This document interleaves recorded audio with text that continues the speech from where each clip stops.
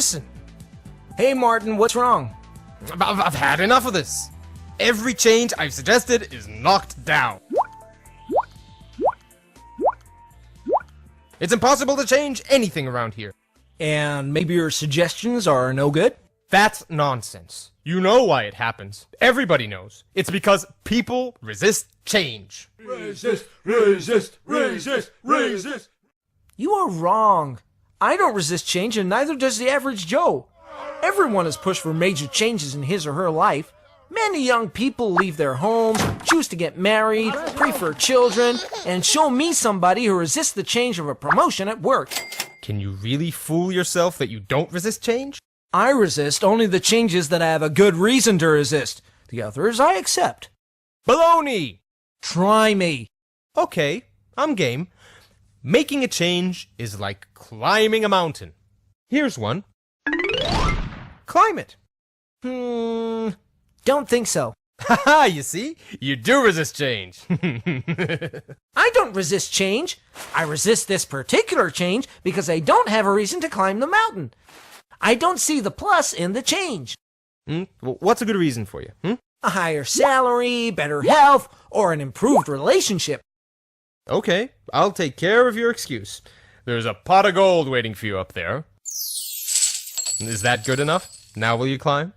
Nope. Point proven! You most certainly resist change.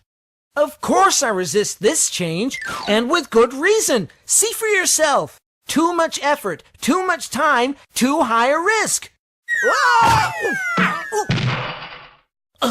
It's perfectly logical. The minus of the change outweighs the plus of the change. Another excuse. Fine, I'll reduce the required efforts and the risk. Now are you willing to climb? I don't think so. Aha! I knew it! Excuse after excuse. You remove one, another one pops up. The end result is still the same.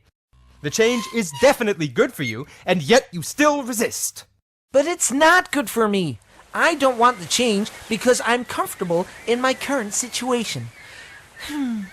Another excuse. Not at all. You look at it too narrowly. No wonder people reject your suggestions. What? I looked at both the plus and the minus sides of making the change. Yes, but you've ignored the pluses of not changing. I like my profession. I like the city I'm in. I like my style of living. I like my mermaid. But she cannot climb the mountain with me. You've just proved my point. Maybe you justified it logically, but at the end of the day, people will always resist change. They can simply declare that they have a mermaid, and there goes any chance of causing a change out the window. I'm not looking for excuses, but unlike you, I'm not in love with your suggested change. I'm more objective. Oh, so you're Mr. Objectivity, huh? The guy who only looks at the plus side of staying the same? Aren't there minuses as well? I guess there are. Think of situations that if things stay as they are, alligators will bite your ass off. Your firm may go bankrupt, or your spouse may ask for a divorce. Of all the nerve! Or your health will decline drastically. Aren't you fighting alligators? Constantly! Sometimes I feel that the people I try to convince are so busy fighting off the alligators that they should be climbing the mountain even if there is no pot of gold waiting at the top. Still, everybody resists change, including you. Not at all.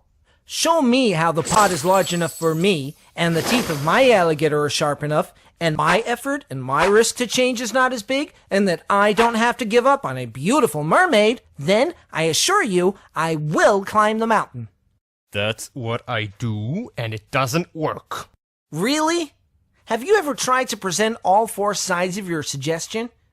Let me ask you a more pertinent question. Did you figure out in advance what the pot is for the person you're trying to convince? Not your pot, but his or her pot. What is his or her crutch? What are the alligators and the mermaids for the other party? I guess not. There you go.